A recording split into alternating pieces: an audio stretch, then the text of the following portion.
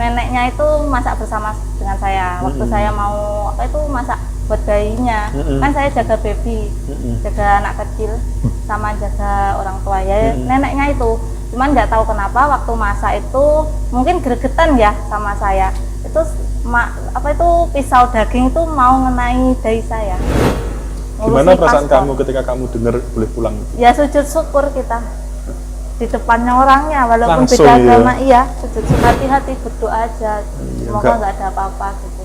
Kalau nggak was-was gitu ya? Was-wasnya kalau kerja pas di resto, kalau ada pengecekan polisi kita kabur lewat jendela, kalau ada jendela loh, kalau gitu nggak ya? ada ya sembunyi di mana gitu, nggak tahu.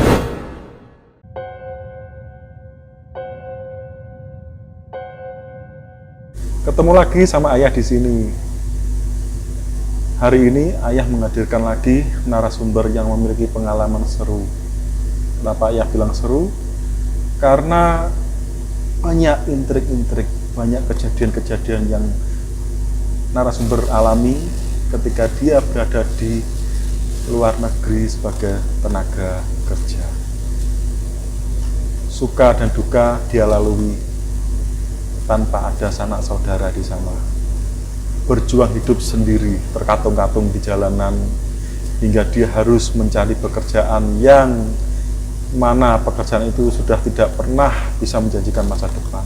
Tetapi dia memiliki semangat untuk hidup, semangat untuk berjuang demi keluarga yang ada di Indonesia. Bersama ayah di sini, setiap sejarah memiliki kisah dan setiap kisah memiliki sejarahnya masing-masing. Ayo kita ngobrol sama yang bersangkutan. Selamat datang Sari. Selamat datang. Gimana hari ini? Sehat? Sehat. Tadi sendirian apa sama suami? Sendiri. Sendiri ya. Iya. Gitu. Ayah tuh sempat dengar kisah kamu di luar negeri beberapa waktu yang lalu ya. Iya. Sangat-sangat kalau ayah bilang itu menyentuh sekali. Gimana kamu berjuang mendapatkan keadilan hak-hak kamu. Gimana kamu berjuang menyelamatkan diri dari kejaran aparat setempat pada saat itu. Dan gimana kamu pernah hampir mendapatkan ancaman dari salah satu majikan yang nggak perlu kita sebutkan namanya ya. Sampai itu gimana ceritanya kok sampai pisau ada di depan kepala kamu itu? Ya kan waktu itu kan mungkin masih kerja di majikan resmi ya. Waktu itu waktu masak bersama, tapi nggak tahu sengaja Bobo itu kan saya ajak bicara, nggak tahu. Mungkin Bobo apa? Teman-teman di rumah nggak tahu. Nenek ya. Neneknya itu masak bersama dengan saya. Waktu saya mau masak buat bayinya, kan saya jaga baby, jaga anak kecil, sama jaga orang tua ya. Neneknya itu, cuman nggak tahu kenapa waktu masak itu mungkin gregetan ya sama saya. Itu pisau daging itu mau ngenai dahi saya. Jadi di depan dahi kamu, iya, pisaunya itu. Iya, dia manggil, saya nengok itu. Tapi itu kayaknya memang ada unsur kesengajaan ya. Kemungkinan ada unsur. Karena kalau sampai diangkat kan? Itu sampai diangkat ke depan dahi. Gitu ya. Flashback, kembali lagi pada awal cerita ketika kamu mulai punya pemikiran kenapa harus bekerja ke luar negeri. Ya awal mulanya itu soalnya kan saya seorang janda ya, ditinggal suami. Tuh mikirnya gimana ke depannya anak saya. Saya harus mikir kalau ngidupin anak itu nggak segampang kita cari Tidak cukup kasih sayang aja, tapi juga harus materi juga harus ada. Juga, iya. Tuh, karena anaknya berapa? Tiga. Itu pun saya ke luar negeri nyuri data orang tua tanpa sepengetahuan ibu. Berarti sebetulnya orang tua pada saat itu nggak tahu ya. Iya. Kalaupun tahu apa nggak diizinkan? Diizinkan, cumaan itu saya ngambilnya nggak bilang. Pulang-pulang suruh ibu saya tak suruh tanda tangan mau kerja ke luar negeri, doain aja. apa itu berhasil bisa ngidupin semua. Lalu akhirnya disetujui, Sari berangkat ke luar negeri. Ya. Terus tujuan kemana itu? Ya enggak, Maksudnya ke negara mana? kan sebenarnya nggak ke tujuannya itu nggak ke negara Hong Kong. Sebenarnya sih mau ke Singapura, cuman sama pelopor PT-nya itu suruh ke Hong Kong saja karena Diarahkan ke Hong Kong. iya diarahkan ke Hong Kong. Dengan alasan? Di sana itu kayak nggak ada tujuan Singapura waktu itu di PT. Cuma ada tujuan Taiwan sama Hong Kong. Gitu. Akhirnya Sari menjatuhkan pilihan ke Hong Kong. Iya. Ketika pertama kali berangkat itu berarti kan secara resmi ya? Iya. Secara resmi. Terus penempatan di Hong Kong mendapatkan majikan. Iya. Dengan kontrak berapa tahun di sana? 2 tahun. 2 tahun. Terus di tempat itu Sari bekerja sebagai apa? Sebagai asisten rumah tangga. Asisten rumah tangga. Juga menjaga itu anak baru lahir. Terus menjaga sekaligus jaga orang tua di kontrak kerjanya. Itu kakek apa nenek? Nenek. Neneknya majikan perempuan ya, gitu. Terus di sana berarti tugas kesehariannya itu mengasuh anak balita, ya. Juga ART di rumah ya, kemudian juga menjaga nenek ya. Iya, nenek. Walaupun neneknya masih sehat, masih bisa kerja, jalan, cuman kan ada sakit. Itu ada sakit.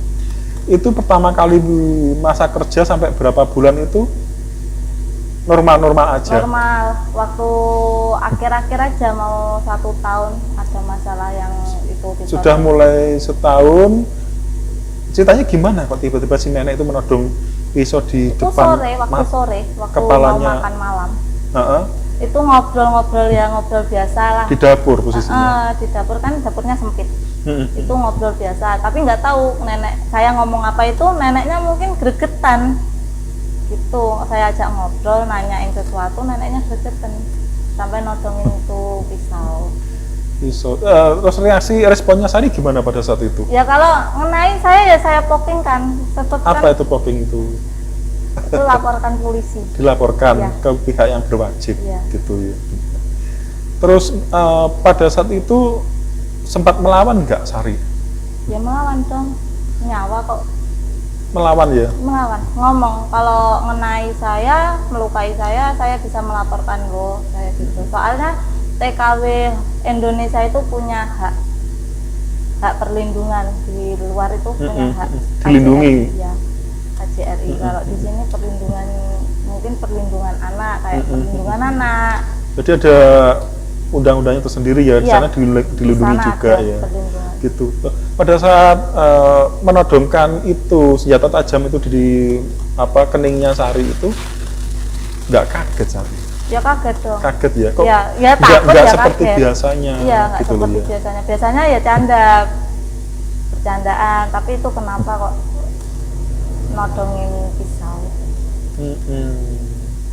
Terus setelah Sari mengatakan kalau sampai mengenai saya nanti akan saya laporkan ke pihak yang berwajib, reaksinya si nenek gimana?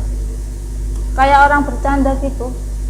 Akhirnya ngeles? Iya, ngeles. Tapi kayaknya memang ngeles dari awal, bercanda apa dari awal kayaknya kayak serius? Beneran. Soalnya kayak gregetan gitu. Kayak gregetan gimana ya kalau orang Jawa itu ikut-ikutan apa itu. Kemudian majikan perempuan tahu enggak? Majikannya perempuan mungkin lihatnya di CCTV kan, CCTV-nya ada 3 apa 2 ya. Di atas tempat tidurku sama baby, terus sama di ruang makan, atas ruang makan. Ruang makan. Nah itu di dapur juga ada CCTV? Enggak ada. Cuma kalau di atas tempat tidurku itu bisa nyorot ke dapur. Oh gitu. Iya. Lalu dari pihak majikan perempuan sendiri itu berusaha membela nenek atau gimana? Atau nengai atau gimana? Majikannya kan nggak ada. Pulangnya kan malam kalau perempuan. Kalau majikan laki-lakinya kan jarang pulang. Tapi sempat tahu kan akhirnya lihat dari CCTV? Ya tahu mungkin, soalnya. Terus gimana tindakannya? Besoknya ngomong polisi gitu. Oh gitu. Maafin lah nenekmu gitu. Baik, setelah kejadian itu Sari merasa nyaman enggak kerja di situ? Ya enggak, soalnya ngerjain apa-apa selalu disalahin sama neneknya.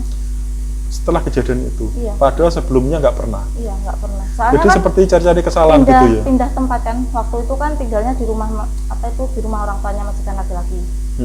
Itu biasa-biasa aja, royal kok, royal orangnya. Terus bulan berapa itu mau Imlek, itu pindah ke rumah perempuan. Agak lama itu kejadian itu. Habis itu ya gak nyaman kerjanya di situ, tapi dibetah-betahin. Jadi kayak si nenek itu mencari-cari kesalahan terus. Iya, gitu. Kayak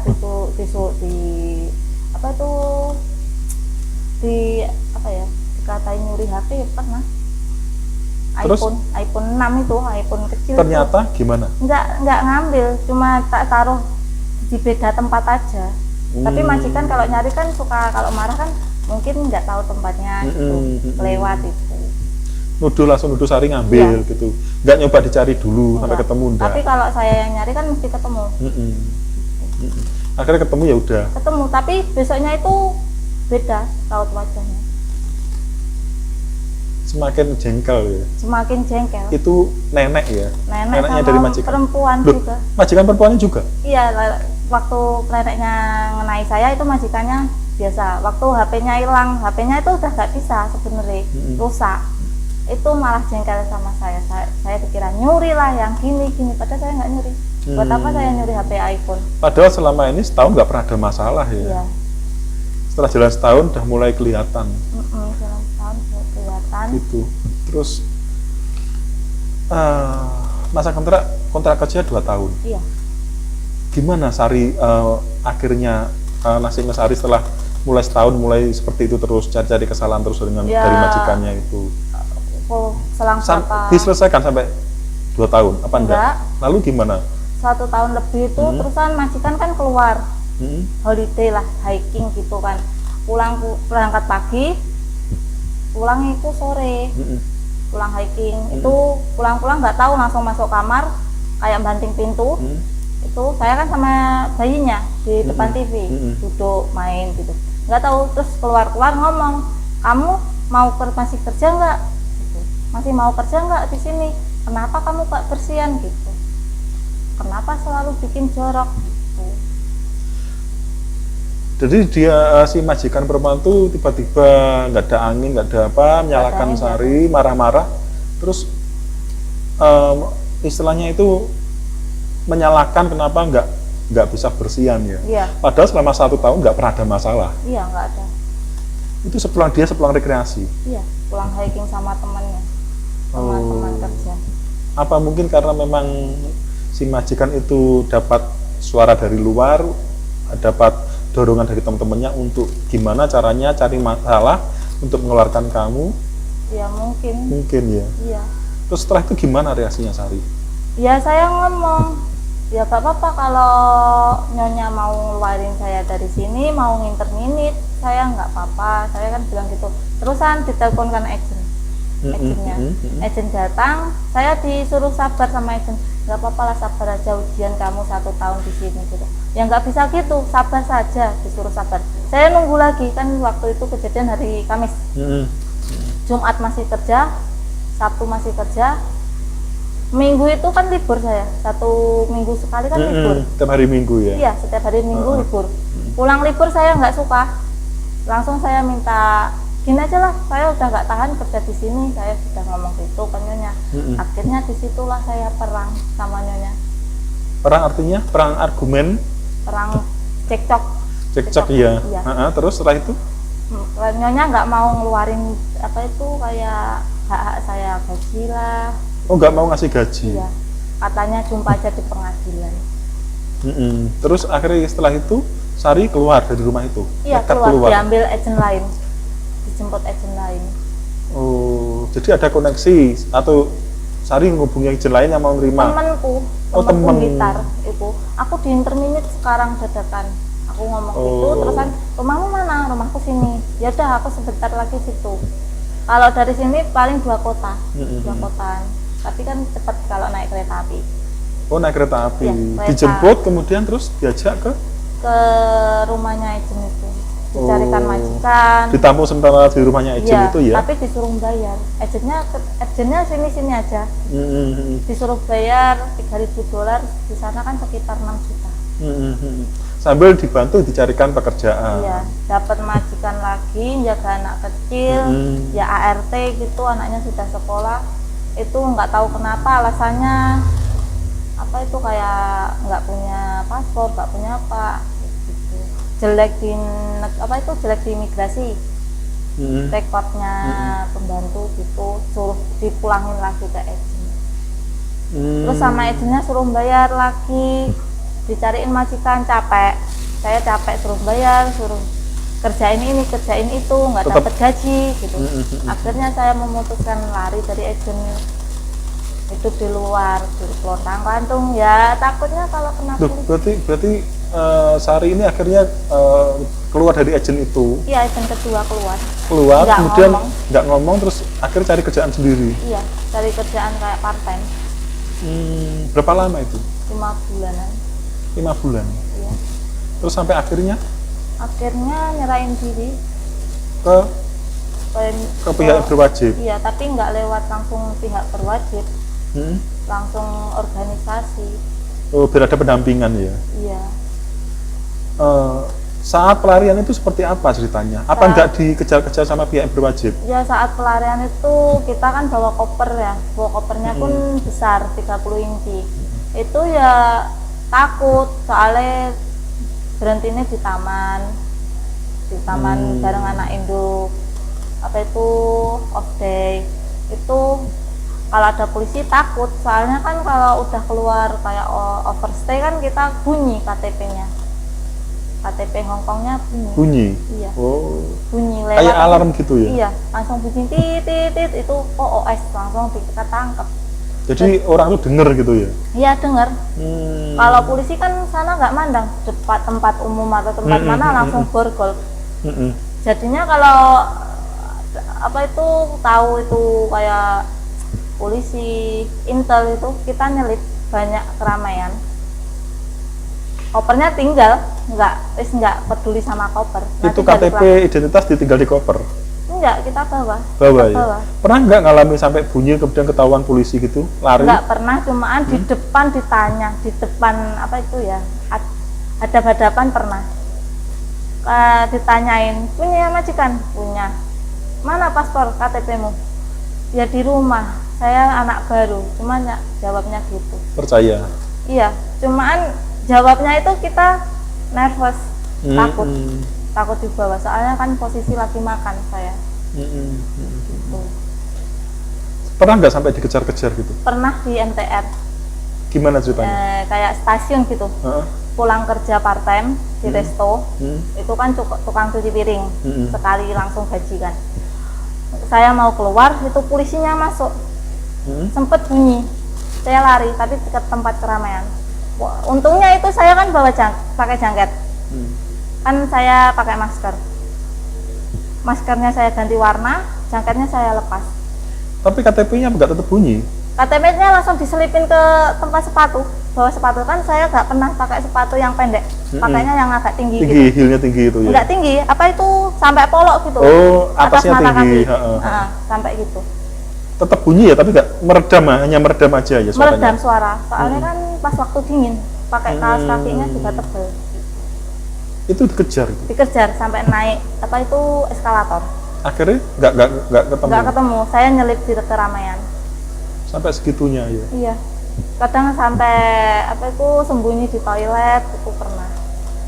Gimana rasanya Sari posisinya itu di luar, kemudian nggak ada sanak saudara, dengan status seperti itu, ya kesannya kan memang seperti kalau di sana kan pelarian akhirnya. Iya, taburan. Gimana rasanya kayak gitu? Ya rasanya itu kalau apakah tiap detik, tiap menit Sari nggak merasakan ketidaknyamanan, ya, ketidaktenangan? Nggak tenang, soalnya kan kos-kosannya kalau kadang ada yang laporin, itu ada banyak anak overstay gitu. Oh, kadang ada yang nggak kooperatif, ada yang... Iya, ada yang laporin sesama teman. Sama teman ya? Iya kan, kalau laporin sesama teman kita dapat uang dari kepolisian ya. Oh. Gitu. Kita aman gitu. Pernah kan satu kos saya udahlah aku nggak mau satu kos di sini, nanti ujung-ujungnya naiklah Pak D kasarannya polisi di sana manggilnya. Pak D naik, saya turun dari kos pindah tempat kos, itu Pak D langsung naik. Dikatain saya, kamu laporin ya? Laporin apa? Aku aja udah tahanan luar, saya gitu nutupin, padahal saya memang nggak lapor. Ternyata yang lapor anak sebelah. Anak sebelah Ya, yang suaminya orang luar, maksudnya bukan orang luar Hongkong itu enggak. Berarti ada gap gitu ya, saling mematikan gitu hanya untuk mendapatkan uang di sana ya. Sama mematikan, kadang itu kalau nggak suka itu ya kerja kita di apa ya, kayak di slidingin itu dimatiin, nggak usah lah kalau dia ngelamar kerja di sini, nggak usah lah diajak gitu, nggak usah diterima gitu. Sari kerja kayak gitu dengan posisi kayak gitu, nggak ada siapa-siapa di sana, gimana rasanya di sana itu? Ya kayak nggak nyaman, takut. Nggak pengen pulang? Ya pengen pulang, tapi kan kalau pulang kita kan bayar. Kalau kita langsung lapor ke kantor polisi kita bayar. Tapi kalau kita cari info bisa pulang gimana biar nggak ketangkep, biar nggak di penjara, itu kan cari info. Akhirnya dapat. Gimana solusinya, Kira? Saya nanya-nanya ya, kumpul-kumpul sama anak overstay. Kumpul waktu pulang kerja. Sar, nggak pengen pulang, aku pengen sih pulang ke Kediri, aku gitu. Lewat sini loh, lewat apa organisasi, nanti aku di penjara. Kalau di penjara nanti anak sama ibuku tanya gimana. Kan waktu di luar, maksudnya terkatong-katong kan saya masih bisa ngasih uang ke ibu. Gitu, walaupun nggak seberapa, tapi tetap masih bisa. Terus? Masih. Ya disuruh datang aja lah, telepon dulu lah, saya telepon. Katanya suruh datang, mesen datang, ketemu orang Cina, ngomongnya, aduh orang Cina ngomong gimana ini, orang Cinanya diajak ngobrol enggak, kan kalau ikut majikanku dulu ngomongannya kasar, ya ketemu orang Cina organisasi, omongannya halus, bicaranya susah dipahami, akhirnya di bahasa Indonesia kan, ada orang Indo kerja gitu, akhirnya dikasih saran, ya udah Mbak nyerahin diri aja. Nanti saya kasih surat, dibawa ke imigrasi, dibawa ke kantor polisi. Akhirnya nggak sampai ditahan. Kalau ditahan kan 2-3 bulan baru bisa keluar. Itu pun katanya di dalam penjara sana nggak enak. Akhirnya saya ditahan di luar itu. Tapi tahanan luar. Tapi itu masih banyak proses banget. Butuh berapa lama itu? 1 bulanan. 1 bulan. Iya, 1 bulan itu kalau kita ada lengkap paspor kita sidang, kalau nggak ada lengkap paspor kayak saya agak lama. Terus akhirnya setelah 1 bulan itu bisa pulang? Nggak langsung pulang, kita absen kayak di Indo. Tahanan luar ya? Iya. Absen ya? Bisa aktivitas, cuma nggak bisa kerja. Kita makannya itu beli pakai voucher, dikasih voucher. Oh gitu ya, untuk makan sudah dijamin? Iya dijamin. Itu pun yang jamin bukan polisi loh, polisi nggak jamin. Kita makannya itu dari organisasi, cuman kayak dibentukkan voucher nanti ditukar. Kalau nasi disediakan, tapi kalau bahan makanan lain beli kayak lauk, pauk itu beli sendiri. Setelah itu kapan mulai ada titik terang Sari bisa pulang itu? Itu ya kayak ngikut aja, kalau disuruh kantor polisi datang, kalau disuruh apa itu datang ke sana, yang ngikut aja datang. Jadi nggak ada kejelasan ya penantian sampai kapan, nggak ada kejelasan mau pulang kapan atau kapan, nggak ada. Terus mulai ada titik terang dan mulai ada kabar gembira itu kapan? Waktu saya dipanggil itu kan sebelumnya absennya 1 bulan 2 kali. Itu lama kelamaan 1 bulan 1 kali. Itu lama, terus nggak absen, tanggalnya beda jauh. Terusan waktu absen, Sari kamu pulang, ini uang dikembalikan, kayak kan kemarin uang jaminan gitu dikembalikan, saya disuruh ngurusi gimana perasaan paspor. Kamu ketika kamu dengar boleh pulang? Ya sujud syukur kita di depannya orangnya, walaupun langsung, beda agama, iya sujud syukur. Kan di situ banyak anak-anak juga yang absen. Disuruh cari SPLP pengganti paspor sekali jalan, itu kalau sudah jadi kita pulang dikasih tiket. Tapi waktu itu saya nunggu paspornya agak lama. Soalnya agenku yang pertama itu gitu, yang kedua ternyata juga buronan, nggak tahu kan, tahu-taunya akhir mau juga bermasalah. Ya, agennya bermasalah, saya nggak tahu, akhirnya dijadikan SPLP. Selang beberapa hari saya pulang, dikasih lembaran tiket. Tapi tiketnya itu nggak langsung lembaran gitu, nggak dikasih print-printan dulu, kita di HP dikirimi besen. Waktu itu terusan saya datang ke kantor ngambil terus persiapan, disuruh balik ke kantor polisi juga. Apa itu berkasnya ada yang kurang. Barengan kamu tuh berapa orang? Banyak Ya? Banyak. 1 bulan waktu pulang itu 1 bulan 2 anak. Aku sama temanku yang orang luar Jawa. Tuh, tapi temanku itu pulangnya awal bulan, kalau saya kan akhir bulan. Status kamu kayak gitu tuh keluarga kamu nggak tahu ya? Ya tahu, cuma sih suruh hati-hati, berdoa aja, semoga nggak ada apa-apa gitu.